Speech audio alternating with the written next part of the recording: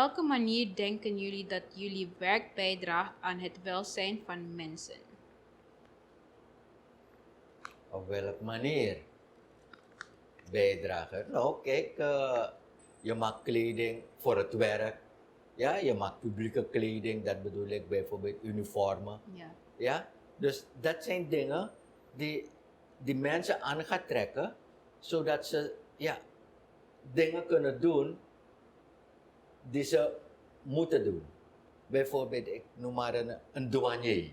Ja. Ja, je maakt kleding voor ze, zodat ze herkenbaar zijn dat dit is een kledingstuk.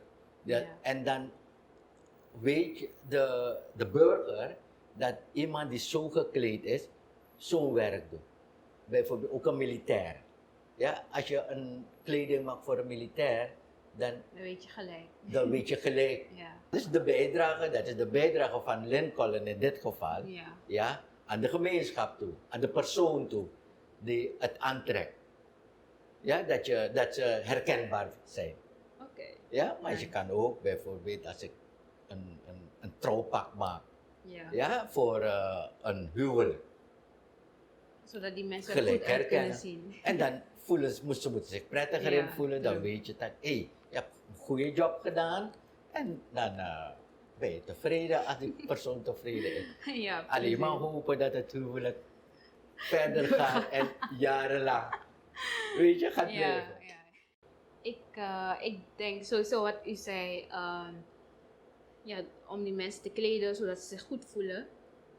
Maar ik denk in een way ook, kijk bijvoorbeeld als ik met een collectie uitkom, dan denk ik dat het ook inspirerend werkt op die mensen. Dus dat ze geïnspireerd raken door wat ik heb gecreëerd. Is eigenlijk een soort van art piece, zou ik het noemen. Maar omdat ze dat kunnen zien, triggert die creativiteit hun eigenlijk ook om creatiever te worden. Dus zo denk ik dat ik een bijdrage lever aan gewoon de gemeenschap. Belangrijk is ook, kijk, de persoon die je kleedt, ze moet zich prettiger in voelen. Ja.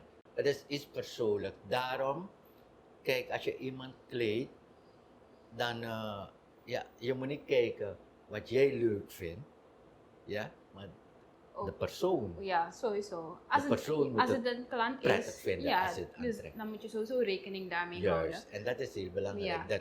Dat Er is toch zo'n quote, dress good, feel good. Ja. Dus als je goed uitziet, dan voel je je ook gewoon meteen goed.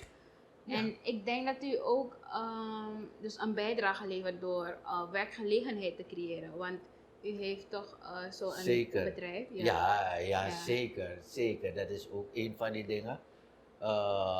Werkgelegenheid voor je werknemers. Want je moet werknemers hebben. Ja. Je kan niet alleen achter de machine zitten en zoveel te produceren. Ja, daar moeten we naartoe gaan. This is another Supreme production. Supreme TV. To entertain, to inform, to inspire.